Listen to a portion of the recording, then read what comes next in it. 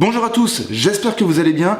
Aujourd'hui, je vais vous parler de l'analyse transactionnelle et plus particulièrement de l'outil position de vie qui a été créé par le psychiatre américain Eric Berne.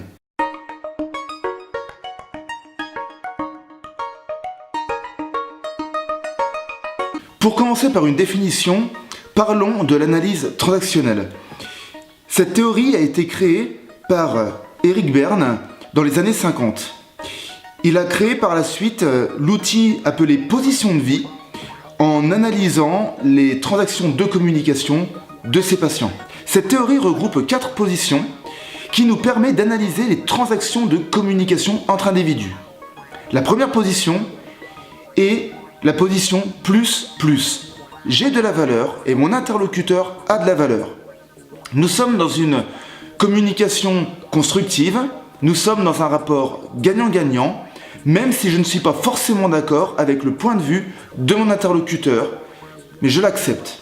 La deuxième position est la position plus-moins. J'ai de la valeur et mon interlocuteur n'a pas de valeur. Dans cette position, je me sens supérieur à l'autre.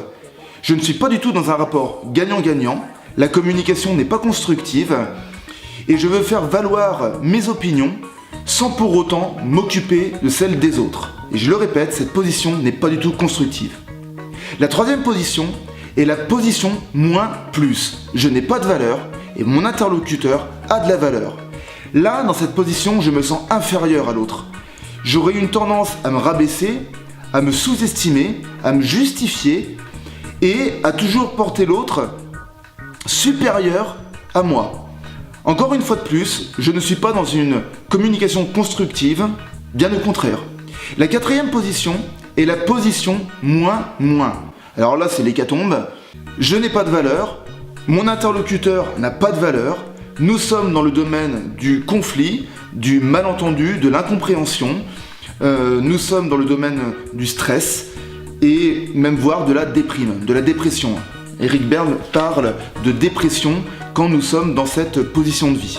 Selon la personnalité des gens, nous aurons plus tendance à tomber dans une des positions de vie.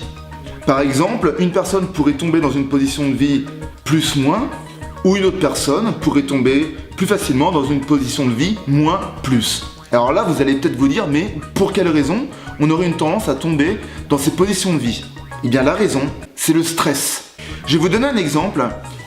Imaginons que vous avez passé une très bonne journée et que le soir vous rentrez, votre enfant, je ne sais pas si vous avez des enfants, mais votre enfant vous ramène un mauvais bulletin scolaire.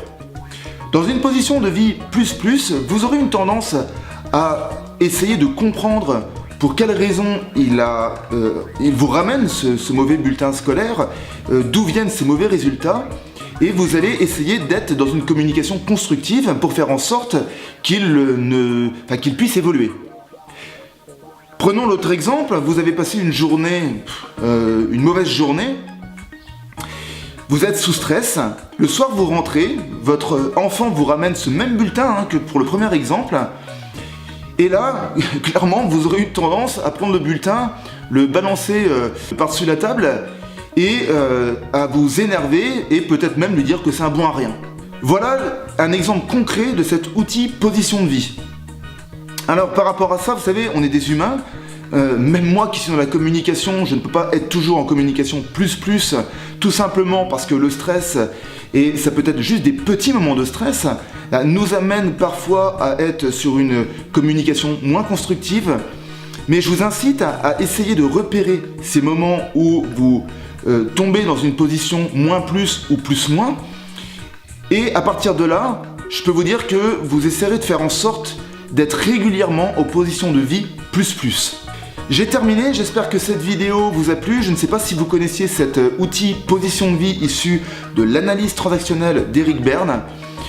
En tout cas, je vous incite à vous renseigner sur internet. Vous avez plein de sites qui parlent de cet outil et qui va aussi au-delà, qui va beaucoup plus loin sur l'analyse transactionnelle. C'est un sujet vraiment très intéressant, je pourrais en reparler dans d'autres vidéos. C'est même ce que je compte faire. Et en attendant, je vous souhaite à tous une très bonne semaine. Je vous remercie encore une fois de plus de me suivre et je vous dis à lundi prochain. Ciao!